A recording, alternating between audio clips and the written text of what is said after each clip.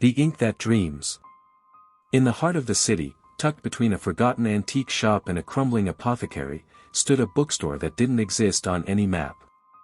Its sign read, Veritas Veil, carved in wood so old it seemed to whisper when the wind passed. No one remembered when it opened, and no one ever saw it closed. It was always just, there. Eleanor Veil found it on a Tuesday. She wasn't looking for it. She was chasing a cat, her cat, technically, though it had a habit of vanishing for days and returning with dust on its fur and secrets in its eyes. It darted down an alley, and when Eleanor followed, she found herself standing before the bookstore. Inside, the air smelled of parchment and rain. The shelves stretched impossibly high, filled with books that hummed faintly, as if dreaming. A man stood behind the counter, pale as candle wax, with ink-stained fingers and eyes like spilled mercury. "You're late," he said. Eleanor blinked. "I didn't know I was coming." He smiled. The ink did. He handed her a book.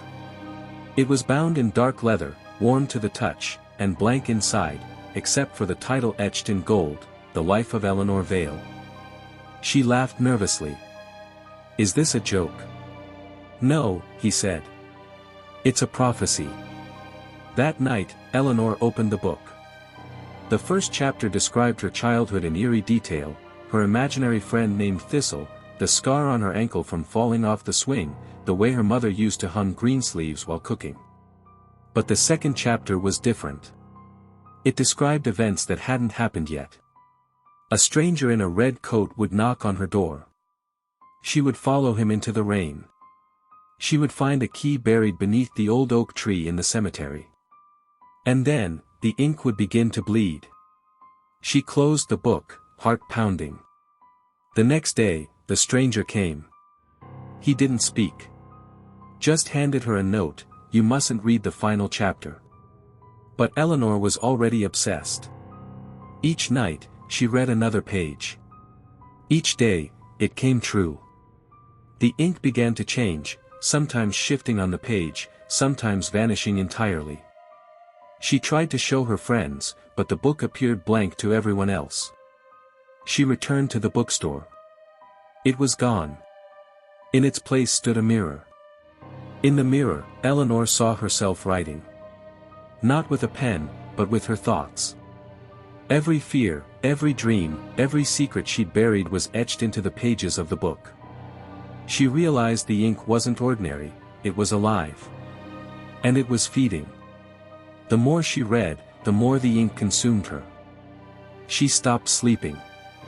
Her dreams bled into reality. She saw words floating in the air, sentences crawling across walls, paragraphs whispering in her ear.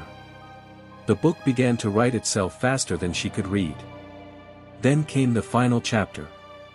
It was titled, The Unwriting. It described her disappearance. Not death, just erasure. Her name would vanish from records. Her face from photographs. Her voice from memories. She would become a story no one remembered reading. She tried to burn the book. It didn't catch. She buried it. It returned to her nightstand. She threw it into the river. It appeared in her bag. The ink had chosen her. On the 13th night, Eleanor vanished. Her apartment was untouched.